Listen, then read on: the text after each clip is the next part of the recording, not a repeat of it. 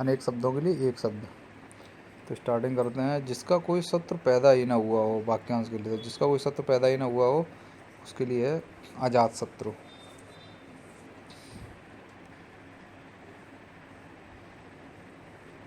अपना मतव्य साधने वाला, अपना मतव्य साधने वाला का है स्वार्थी। जो स्वार्थी है वो मतलब अपना मतव्य साधने वाला हो गया तुम्हारा स्वार्थी।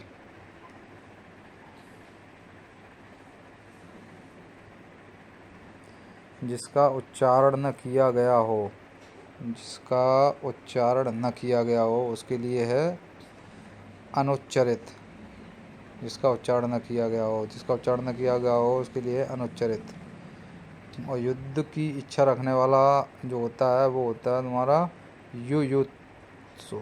युयुत्सु युद्ध की इच्छा रखने वाले को युयुत्सु बोलते हैं। जो युद्ध करता हो उसे योद्धा बोलते हैं, और जो युद्ध में लिप्त हो उसे युद्धरत बोलते हैं। तो युद्ध की इच्छा रखने वाला को बोलते हैं युयुत्सु। और तैरने या पार करने का इच्छुक जो होता है उसे बोलते हैं तितीर्षु। तितीर्षु बोलते हैं तैरने या पार होने का इच्छुक। तैरने या पार होने के इच्छुक के लिए एक शब्द तितीर्षु है।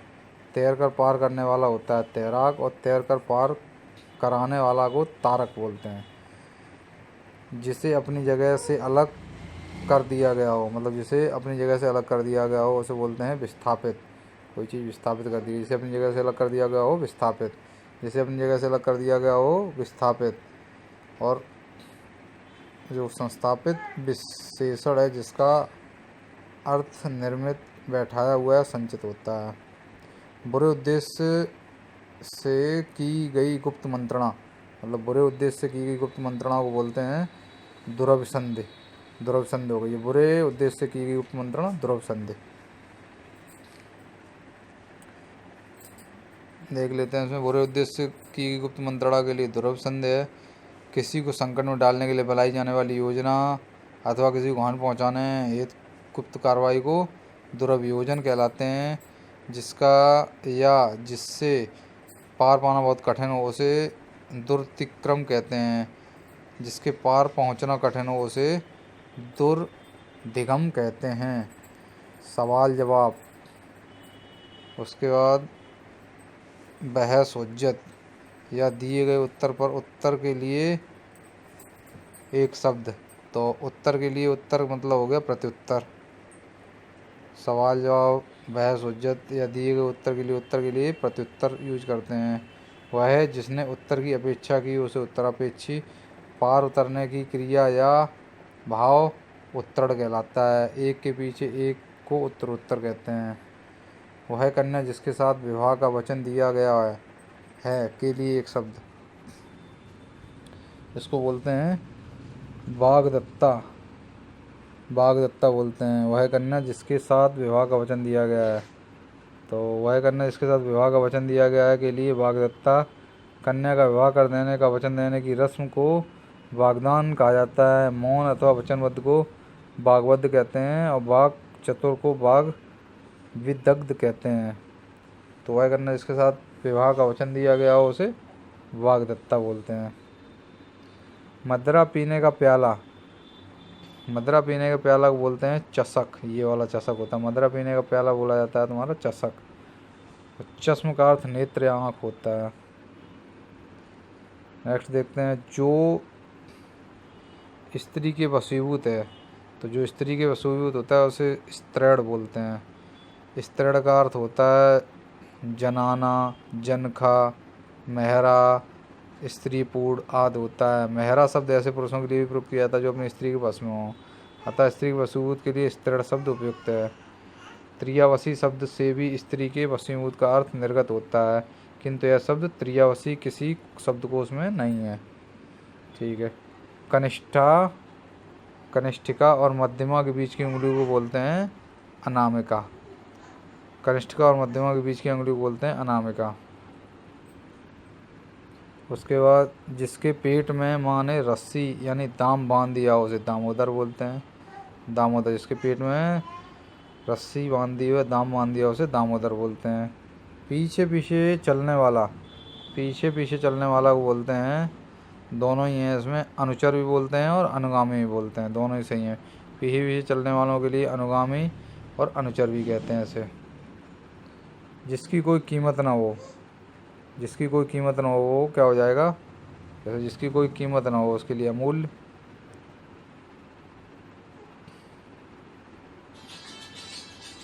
थोड़ा नपातुला भोजन करने वाला को बोलते हैं, जैसे बोलते हैं कि थोड़ा नपातुला भोजन मिताहारी, थोड़ा नपातुला भोजन करने वालों के लिए मिताहारी बोलते हैं। कम या नपातुला खर्च करने वालों के लिए मितव्ययी बोलते हैं। गुरु के समीप रहकर अध्ययन करने वालों के लिए क्या बोलते हैं, गुरु के समीप बोलेंगे तो अंतेवासी बोलेंगे, कि गुरु के समीप अध्ययन करेगा तो अंतेवासी। काफ़ी इंपॉर्टेंट क्वेश्चन है ये। गुरु के समीप रहकर अध्ययन करने वालों के लिए बोलते हैं अंतेवासी। आश्रम में निवास करने वालों को आश्रमवासी कहलाता है। जिसके हृदय पर आघात हुआ हो तो इसे बोलते हैं मर्माहत। जिसके हृदय पर आघात हुआ हो उसको बोलते हैं मर्माहत। जो अपने पद से हटाया गया हो, जो अपने पद से हटा दिया गया है तो उसके लिए क्या बोलेंगे, जो अपने पद से हटाया गया है उसके लिए पदच्युत बोलते हैं, तो इसमें हो जाएगा पदच्युत, जो अपने पद से हटा दिया गया हो। जिसे किसी वस्तु की स्पृहा न हो उसके लिए बोलेंगे निस्पृह, निस्पृह बोलेंगे इसके लिए, निस्पृह बोलेंगे इसको। ये वाला निस्पृह नहीं है, ये तो गलत है, निस्पृह, ये निस्पृह बोलेंगे, या फिर इसको निस्पृह, ये ऐसे भी लिख सकते हैं। जिसे किसी वस्तु की स्पृहा ना हो उसके लिए निस्पृह। लोक सेवा आयोग में जो है निस्पृह, इसको भी सही माना गया था। जिसकी पूर्व से कोई आशा ना हो, पूर्व से कोई आशा ना हो तो क्या हो जाएगा, जिसकी पूर्व से कोई आशा ना हो उसको अप्रत्याशित बोलेंगे, अप्रत्याशित। जिसकी पूर्व से कोई आशा ना हो अप्रत्याशित। झगड़ा लगाने वाला मनुष्य को क्या बोलते हैं, झगड़ा लगाने वाले को बोलते हैं नारद। झगड़ा लगाने वाले मनुष्य को बोलते हैं नारद। जबकि रहस्य या भेद बताने वाले को बोलते हैं विभीषण। और जो चाल चलने वाला होता है उसे शकुनी बोलते हैं। महल के भीतरी भाग को क्या बोलते हैं, महल के भीतरी भाग को बोलते हैं अंतःपुर। महल के भीतरी भाग को अंतःपुर बोलते हैं। जो छीड़ न हो सके, जो छीड़ न हो सके उसे बोलते हैं अच्छे। जो छीड़ न हो सके उसे अच्छे बोलते हैं। जो मिट न सके उसे अमिट बोलते हैं। जिसका अंत न हो उसे अनंत बोलते हैं। जिसके सिर पर चंद्र हो उसे क्या बोलेंगे, उसे बोलेंगे चंद्रशेखर। जिसके सिर पर चंद्र उसे चंद्रशेखर बोलते हैं। जो चक्र को धारण करता है चक्रधर। चंद्रमा की वह स्थिति जब वह पृथ्वी की छाया पड़ने पर उसको कुछ सारावाक दिखाई नहीं देता उसे चंद्रग्रहण बोलते हैं।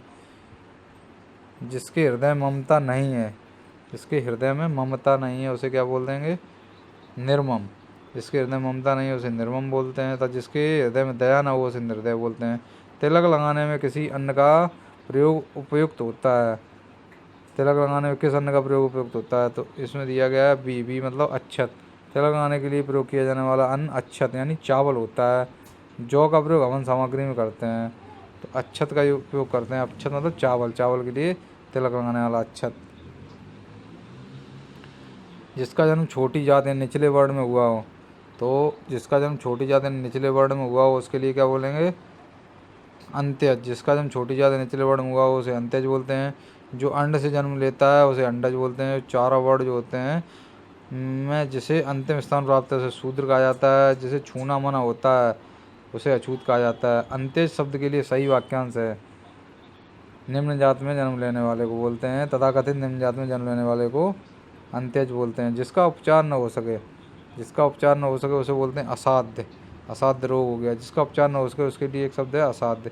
जिसकी सहायता कठिनाई दूर से किया जा सके वाक्यांश के लिए एक शब्द दुस्सहाय है। जिसका उपचार श्रम से हो उसके लिए एक शब्द है श्रम साध्य। जबकि साधन से रहित के लिए शब्द साधनहीन है। वीर पुत्र को जन्म देने वाली के लिए क्या यूज करेंगे, वीर पुत्र को जन्म देने वाले को वीर प्रसू बोलते हैं। वीर पुत्र को जन्म देने वाली के लिए बोलते हैं वीर प्रसू। वीर पुत्र को जन्म देने वाली के लिए बोलते हैं वीर प्रसू। वीर स्त्री के लिए एक शब्द वीरांगना।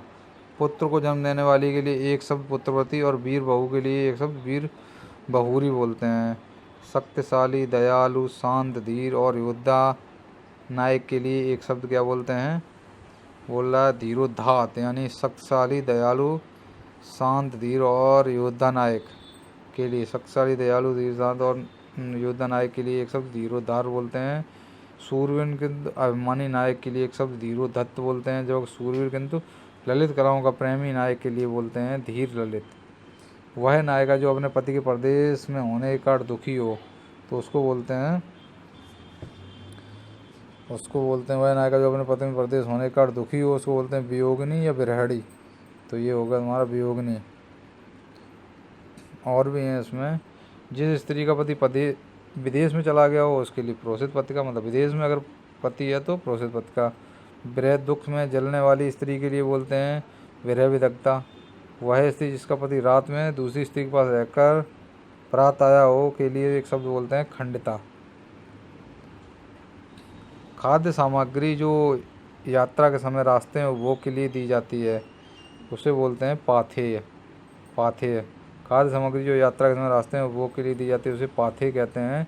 स्वल्पाहार का अर्थ स्वयं के लिए वह आहार जो थोड़ा कम हो। उपाहार व पथ्य अन्य अर्थ प्रकट करते हैं। आधी रात का समय को बोलते हैं निशीत बोलते हैं। आधी रात के समय को निशीत कहते हैं।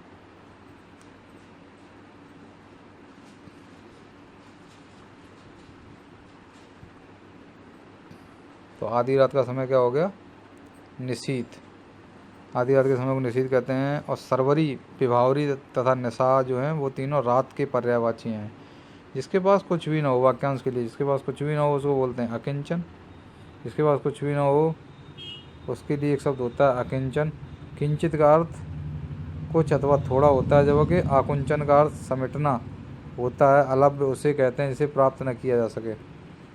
जिसके पास कुछ ना हो उसके लिए उपयुक्त शब्द है। जिसके पास कुछ ना हो अकिंचन। जिसके पास कुछ ना हो उसके लिए हो गया अकिंचन।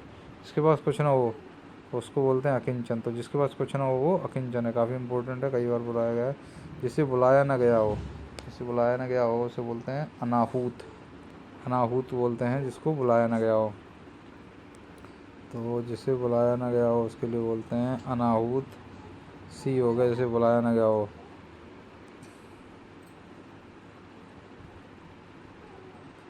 मोक्ष की इच्छा रखने वाले को बोलते हैं मुमुक्षु। मोक्ष की रखने वाले को बोलते हैं या कामना रखता है जो उसे मुमुक्षु बोलते हैं। योग करने वाले को योगी कहते हैं। जो कि तप में लिए रहने वाले को तपस्वी कहते हैं। काम से मुक्ति वाले को मुक्ति कामी कहते हैं। उसके बाद मोक्ष की कामना करने वाला जो बोला जाता है मुमुक्षु बोलते हैं मोक्ष की। रंगमंच में पर्दे के पीछे का स्थान को बोला जाता है तुम्हारा नेपथ्य जो होता है। तो रंगमंच में पर्दे के पीछे का स्थान नेपथ्य। रंगमंच में पर्दे के पीछे के स्थान को नेपथ्य कहा जाता है। पृष्ठभूमि, मंच पृष्ठ रहा, गुहा मंच इन संदर्भ में सही नहीं है, तो इसको बोलेंगे नेपथ्य बोलेंगे। रंगमंच में पर्दे के पीछे का स्थान। हवन में जलाने वाली लकड़ी को बोले जाते हैं समिधा। हवन में जलाने वाली लकड़ी के लिए शुद्ध शब्द होता है समिधा। हवन सामग्री वन काष्ठ, शुद्ध काष्ठ सही नहीं है, तो इसके लिए हवन में जलाने वाली लकड़ी का हो गया समिधा। दिशाएं जिनका वस्त्र हैं। दिशाएं जिनका वस्त्र बोलते हैं दिगंबर। जो वस्त्र नहीं पहनते ना दिगंबर, वही है दिशाएं जिनका वस्त्र हैं। उसके बाद दिशाएं जिनका वस्त्र है उन्हें कहा जाता है तुम्हारा दिगंबर। और विश्ववर, विष्णु का पर्यायवाची है पैगंबर। दूत को कहते हैं दिक्पाल का दिशा का स्वामी होता है। जिसका जन्म कन्या के गर्भ से हुआ हो उसको बोलते हैं कानीन। जिसका जन्म कन्या के गर्भ से हुआ हो उसे कानीन बोलते हैं। वन में लगने वाली आग को बोलते हैं दावाग्नि बोलते हैं तुम्हारी वन में लगने वाली आग के लिए होता है तुम्हारा दावाग्नि। यानी समुद्र जो बड़वा बोलते हैं में लगने वाली आग को बोलता है बड़वाग्नि। बिरह की आग के लिए बोलते हैं बिरहाग्नि। और पेट में लगने वाली आग के लिए बोलते हैं जठराग्नि। तो एक बार फिर से देख लेते हैं। वन में लगने वाली आग को बोल देंगे दावाग्नि। उसके बाद बिरह में लगने वाली को जो लगती है उसे बिरहाग्नि बोलते हैं। और बड़वाग्नि जो बोलते हैं वो समुद्र में तुम्हारी आग जो लगती है समुद्र में उसको जठराग्नि बोलते हैं, पेट में लगने वाली आग को। तो इसमें फिर पूछा गया पेट में लगने वाली आग को जठराग्नि बोलते हैं। जो युद्ध में स्थिर है उसके लिए क्या बोलते हैं? उसके लिए बोलते हैं आपका युधिष्ठिर को बोलते हैं जो युद्ध में स्थिर है। उसके लिए जो हमेशा रहने वाला है उसे बोलते हैं शाश्वत। शाश्वत मतलब जो हमेशा रहने वाला है उसको बोलते हैं शाश्वत। अनवरत का अर्थ होता है लगातार। जबकि जिसे कोई रोक न सके उसे बोलते हैं अप्रतिहत। जिसे कोई रोक न सके उसे अप्रतिहत। आजीवक एक संप्रदाय है तथा भिखमंगे को इसी शब्द में उच्चारित किया जाता है। जिस पुरुष की पत्नी साथ नहीं है, जिस पुरुष की पत्नी साथ नहीं है उसे बोलते हैं विपत्नीक। जिस पुरुष की पत्नी साथ नहीं उसे विपत्नीक बोलते हैं। विदुर उसे कहते हैं जिसकी पत्नी मर गई हो। किसी के वियोग में दुखी व्यक्ति को वियोगी कहते हैं। जिसकी पत्नी न हो उसे अपत्नीक कहते हैं। जिस पेड़ के पत्ते झड़ गए हों उसे क्या बोलते हैं? अपत। बिना पत्ता का पत्ता। जिस पेड़ के पत्ते झड़ गए हों उसे अपत बोलते हैं। यद्यपि इसके लिए पत्रहीन भी एक शब्द हो सकता है, किंतु सर्वाधिक उपयोग शब्द अपत होता है। गिरा हुआ पत्ता को पर्ण कहलाता है। तैरने की इच्छा को बोलते हैं तितीर्षा। तितीर्षा बोलते हैं तैरने की इच्छा को। हाथी की पीठ पर रखे जाने वाले आसन के लिए शुद्ध शब्द क्या होता है? हौदा। हाथी की पीठ पर रखे जाने वाले आसन के लिए शुद्ध शब्द हौदा है। हाथी की जो पीठ पर रखे जाने वाले आसन के लिए शुद्ध शब्द हौदा है। घोड़े की पीठ पर रखने की गद्दी को जीन कहते हैं। घोड़े आदि की पीठ पर कसने की जीन को काठी तथा लोहे के जाल का बना कवच जिसे युद्ध के समय पहना जाता है उसे बख्तर यानी बख्तर कहा जाता है। तो हाथी की पीठ पर जो रखा जाता है उसे हौदा बोलते हैं। घोड़े की पर रखोगे वो जीन कहेगी। कसने को की जीन को काठी बोलते हैं। जो घोड़ा की पीठ पर कसने की जो जीन रहती है उसे काठी बोलते हैं। और लोहे के जाल का बना कवच युद्ध के समय जो पहना जाता है उसे बख्तर या बख्तर कहा जाता है। जो प्रमाण से सिद्ध न हो सके उसे बोलते हैं आपका अप्रमेय। जो प्रमाण सिद्ध न हो सके उसके लिए अप्रमेय होता है। जिसे प्रमाण सिद्ध न किया गया हो उसके लिए अप्रमाणित बोलते हैं। उसके बाद जो मापा न जा सके उसके लिए अपरमेय या परिमित बोलते हैं। अनप्रमाणित में व्यावहारिक दृष्टि से दोहरे अन उपसर्ग का उपयोग हुआ जिसका अर्थ प्रमाणित होता है। जिसे प्रमाण द्वारा सिद्ध न किया जा सके, जिसे प्रमाण द्वारा सिद्ध न किया जा सके उसके लिए क्या शब्द प्रयोग होगा? अप्रमेय। उपनिवेश से संबंध हो जिसका, अथवा उपन्यास से जिसका संबंध हो उसे बोलते हैं आपका औपनिवेशिक।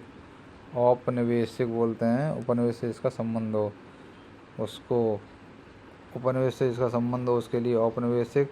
जिसका संबंध उपन्यास से हो उसे औपन्यासिक।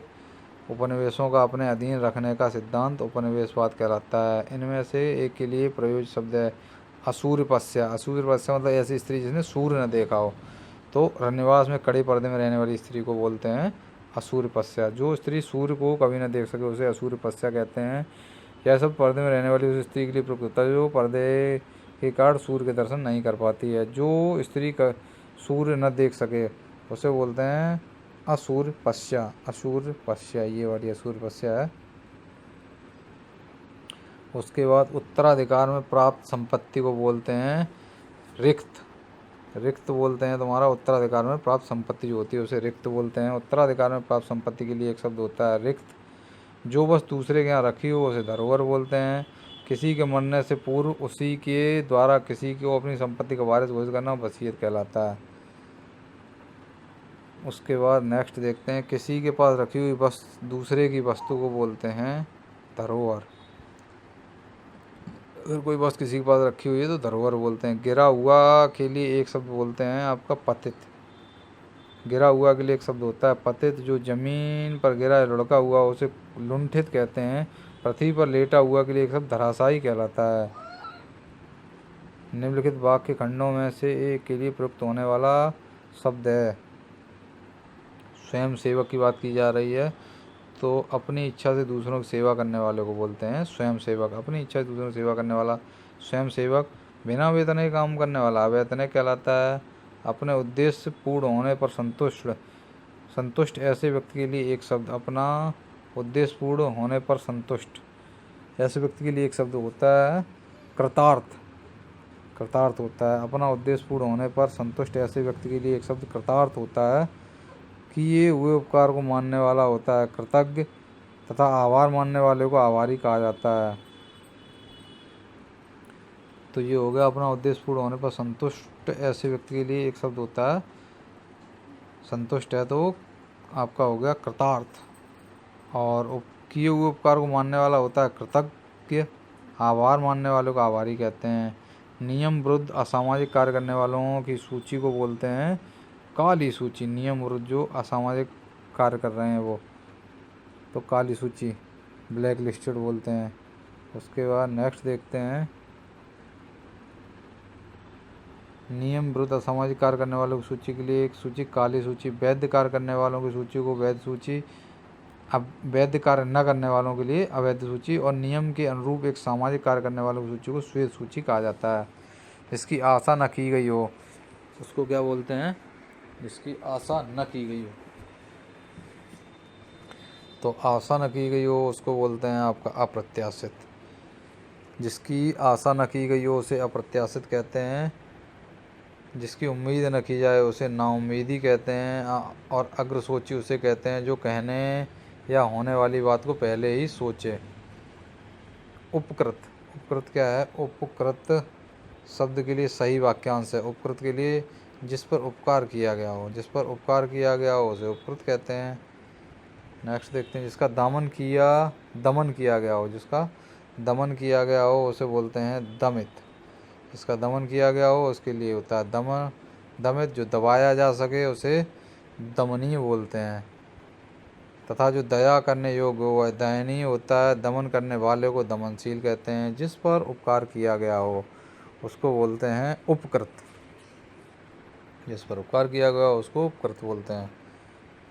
नेक्स्ट देखते हैं, जिस पर उपकार किया गया हो उसे उपकृत कहते हैं। जो भूमि उपजाऊ हो उसे उर्वरा कहते हैं। किए गए उपकार को मानने वाले को कृतज्ञ कहते हैं। तथा जो उद्देश्य सिद्ध होने पर संतुष्ट हो जाए उसे कृतार्थ कहते हैं।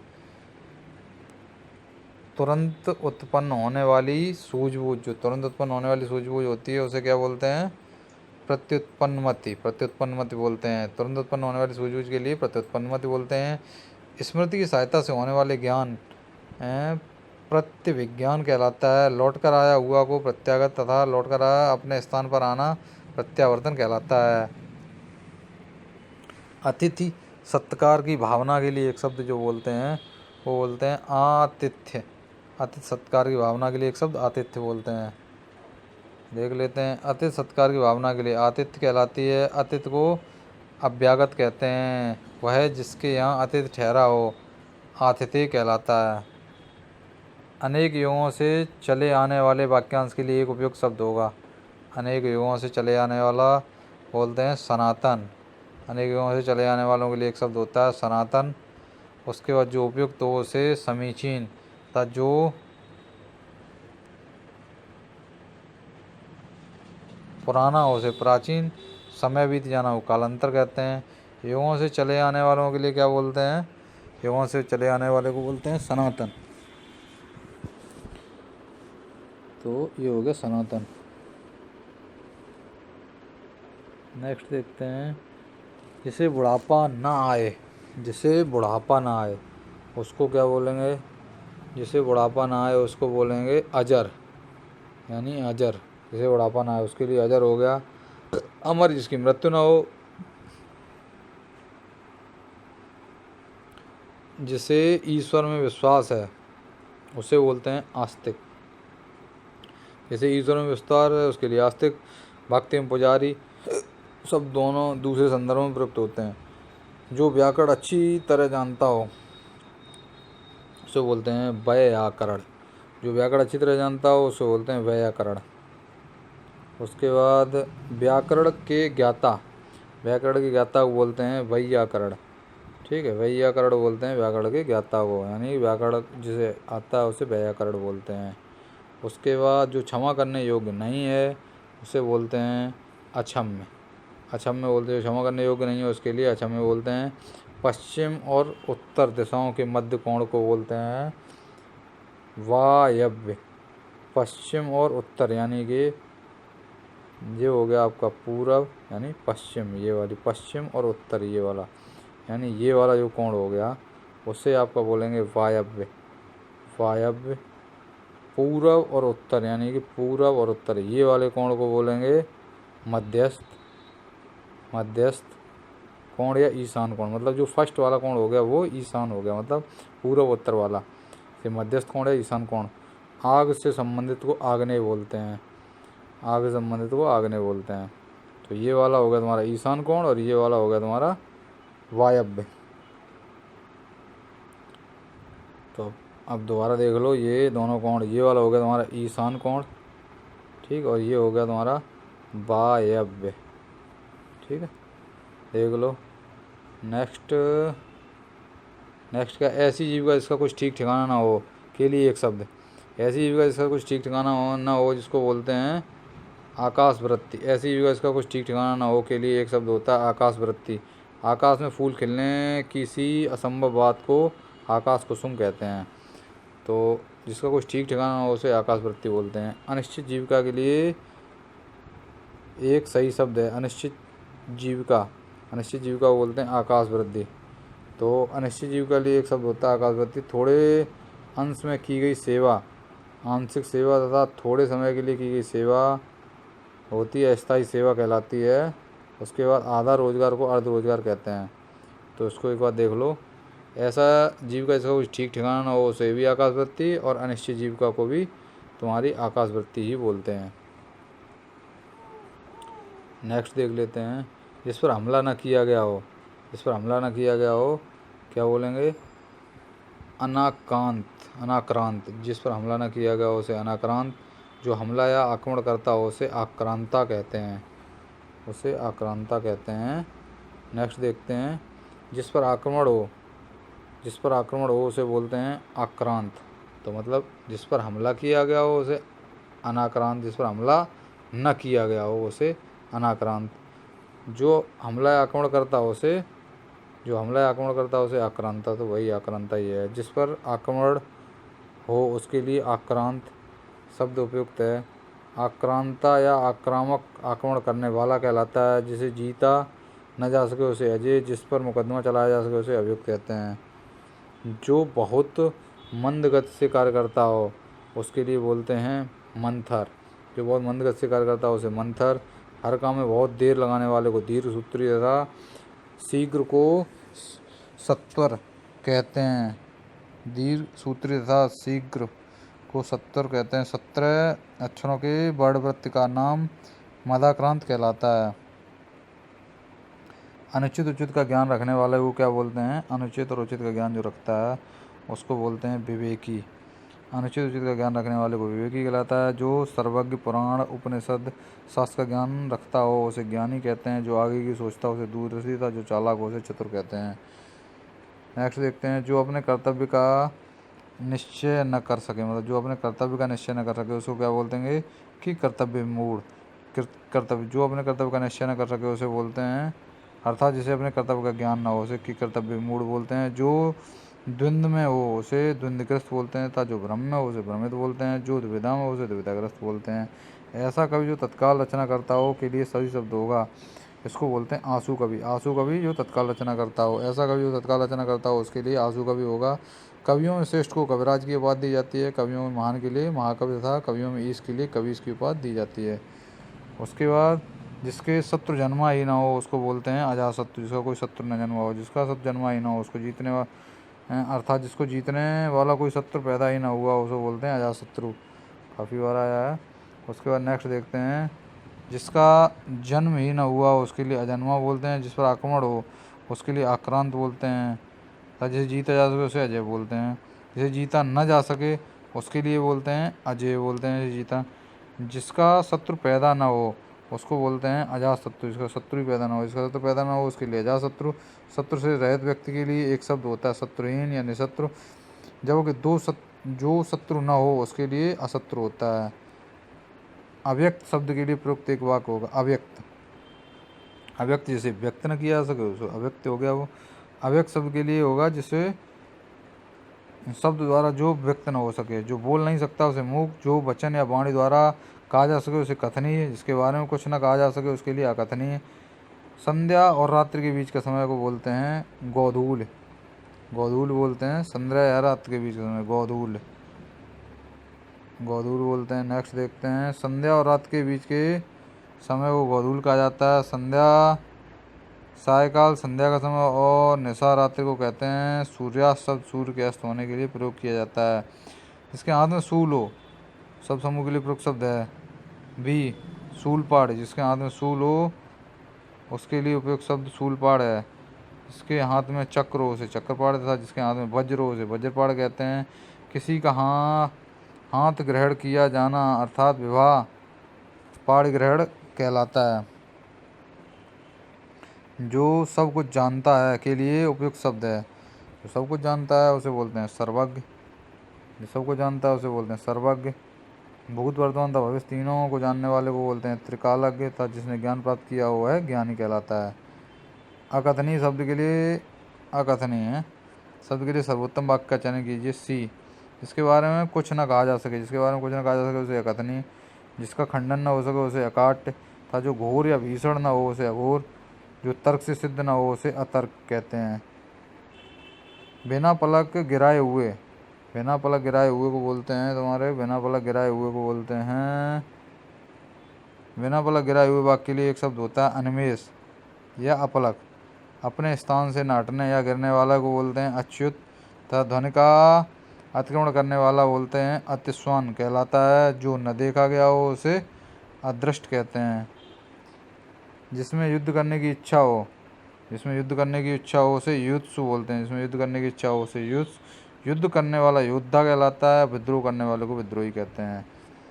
ओके, जिसकी माप तौल हो सके, जिसकी माप तौल हो सके उसको बोलेंगे परमेय। जिसकी माप तौल हो सके उसके लिए परमेय होता है। जो चल न सके उसके लिए अचल। जो जीता न जा सके उसे अजय। घुटने तक वहाँ वाले को बोलते हैं अजान बाहु। घुटने तक वहाँ वाले को बोलेंगे अजान बाहु। जिसकी आशा न की गई हो उसे अप्रत्याशित था। जिसका उदर लंबा हो उसे लंबोदर। शुरू से ही अंत तक को आघांत बोलते हैं। शुरू से अंत तक को बोलते हैं आगांत। उसके बाद जिसकी बाहें अधिक लंबी हों, जिसकी बाहें अधिक लंबी हों उसको बोलते हैं अजान बाहु। अजान बाहु बोलते हैं। उसके बाद नेक्स्ट जिसका ज्ञान इंद्रियों द्वारा ना हो, जिसका ज्ञान जो है इंद्रियों के द्वारा ना हो उसे बोलते हैं अतीन्द्रिय। जिसका जिसका ज्ञान इंद्रियों के द्वारा ना हो अर्थात जो इंद्रियों के ज्ञान से परे हो उसके लिए अतीन्द्रिय होगा। जिसने इंद्र को जीता हो उसे इंद्रजीत बोलते हैं। जिसने इंद्रियों को जीत लिया हो उसे जितेंद्रिय बोलते हैं। सबको जीतने वालों को सर्वजीत कहा जाता है। जो इंद्रियों के ज्ञान से परे हो उसको बोलेंगे अतीन्द्रिय। मतलब जो इंद्रियों के ज्ञान से परे हो वो अतीन्द्रिय बोलेंगे। इंद्रियों को जीत लिया हो जिसने उसको बोलते हैं जितेंद्रिय। इंद्रियों को जीत लिया मतलब जितेंद्रिय हो गया। सबको समान भाव से देखने वाले के लिए उपयुक्त शब्द क्या बोलते हैं समदर्शी। सबको समान भाव से देखने वाले के लिए। उसके बाद नेक्स्ट देखते हैं, सबको समान भाव से देखने वालों के लिए उपयुक्त शब्द होता है क्या समदर्शी। जिसने बहुत कुछ देख लिया हो उसके लिए बहुदर्शी तथा जो देखने में प्रिय लगता हो वह प्रियदर्शी। भूत वर्तमान था भविष्य को देखने वाले को त्रिकालदर्शी बोलते हैं। प्रियदर्शी किसके लिए बोलते हैं प्रियदर्शी, देखने में प्रिय लगे प्रियदर्शी हो गया। जो भेदा या तोड़ा न जा सके उसे बोलते हैं अभेद्य। जो भेदा या तोड़ा न जा सके उसके लिए बोलते हैं अभेद्य। जैसे गंडाई जाना जा सके उसे लिए थे दुर्गे था। जिस मार्ग पर चलना कठिन हो उसको दुर्गम कहलाता है। जो संभव न हो सके उसके लिए असंभव। प्रिय वचन बोलने वाली स्त्री, प्रिय वचन बोलने वाली स्त्री बोलते हैं प्रियम वदा। प्रिय वचन बोलने वाली स्त्री के लिए बोलते हैं प्रियम वदा। प्रेमिका के लिए प्रेयसी। जो मधुर बोलता है उसके लिए मधुरभाषी। जो प्राणी के समान प्यारी हो वह प्राण प्रिय कहलाती है। उसके बाद जिसके पार न देखा जा सके, जिसके पार न देखा जा सके उसको बोलते हैं अपारदर्शी। अपारदर्शी बोलेंगे जिसके पार न देखा जा सके उसको। उसके बाद जिसके पार न देखा जा सके उसके लिए अपारदर्शी। जिससे पार देखा जा सके वह पारदर्शी। सबको समान भाव से देखने वाले को समदर्शी। जो भूत वर्तमान भविष्य तीनों को देख लेता है उसे त्रिकालदर्शी कहते हैं। पारदर्शी शब्द के लिए क्या होता है जिसके आर पार देखा जा सके पारदर्शी। जिसका दमन करना कठिन हो, जिसका दमन करना कठिन हो वो दुर्दमनीय। दुर्दमनीय बोलते हैं जिसका दमन करना कठिन हो। जिसका दमन करना कठिन हो उसके लिए बोलेंगे दुर्दमनीय। जो अपने स्थान या स्थिति से अलग किया जा सके उसे अच्युत बोलते हैं। अपने स्थानीय स्थिति से अलग किया जा सके उसे अच्युत, जिसे कठिनाई से जाना जा सके उसे दुर्जेय बोलते हैं, जो कठिनाई में समझ आता हो उसके लिए बोलते हैं दुर्बोध, दुर्बोध बोलते हैं उसे। नेक्स्ट देखते हैं अन्य से संबंध न रखने वाला, जो अन्य से अन्योना संबंधी, अन्य से संबंध न रखने वाला, अन्योना संबंधी, अन्य से संबंध न रखने वाले को बोलते हैं अन्योना संबंधी कहलाता है। किसी और स्थान पर के लिए एक शब्द अन्यत्र था, जिस जैसा कोई अन्य न हो उसे अन्यन तथा एक दूसरे पर आश्रित होने को अन्योसाश्रित कहलाता है। इसके बाद देखते हैं जिसे जानने की इच्छा है, जिसे जानने की इच्छा है उसे बोलते हैं जिज्ञासु, जिज्ञासु मतलब जानने की इच्छा। देख लेते हैं जिसे जानने की इच्छा होती है उसे जिज्ञासु बोलते हैं। ज्ञान को अर्जन करने वाले को ज्ञानार्थी, किसी पर विजय पाने की इच्छा वाले को जिगीषु बोलते हैं। अधिक समय तक जीते रहने की इच्छुक के लिए बोलते हैं जिजीविषु। जानने की इच्छा रखने वाले को बोलते हैं जिज्ञासु, जानने की इच्छा रखने वाले को जिज्ञासु। जानने की प्रबल इच्छा जिजीविषा, कुछ जानने या ज्ञान प्राप्त करने की इच्छा को बोलते हैं जिज्ञासा। जिजीविषा जानने की प्रबल इच्छा होती है, जानने की इच्छा रखने वाला यानी जीने की इच्छा जिजीविषा होती है। ठीक है, जैसे जीने की जो इच्छा होती है वो जिजीविषा बोली जाती है। सेम जिजीविषा मतलब हो गया जीने की इच्छा। दूसरों के दोष खोजने वाला को क्या बोलते हैं, दूसरों के दोष खोजने वाले का छिद्रान्वेषी, दूसरों के दोष खोज रहा है छिद्रान्वेषी हो गया। तो दूसरों के दोष खोजने वालों के लिए बोलते हैं छिद्रान्वेषी। अनुसंधान करने वालों के लिए बोलते हैं अनुसंधान करता। जो ढका ना हो, जो ढका ना हो उसको क्या बोलेंगे अनावृत, अनावृत। जो ढका ना हो उसके लिए बोलेंगे अनावृत। जो दोहराया ना गया हो उसके लिए बोलेंगे अनावृत। तथा मोक्ष अथवा न लौटने को अनावृत कहते हैं।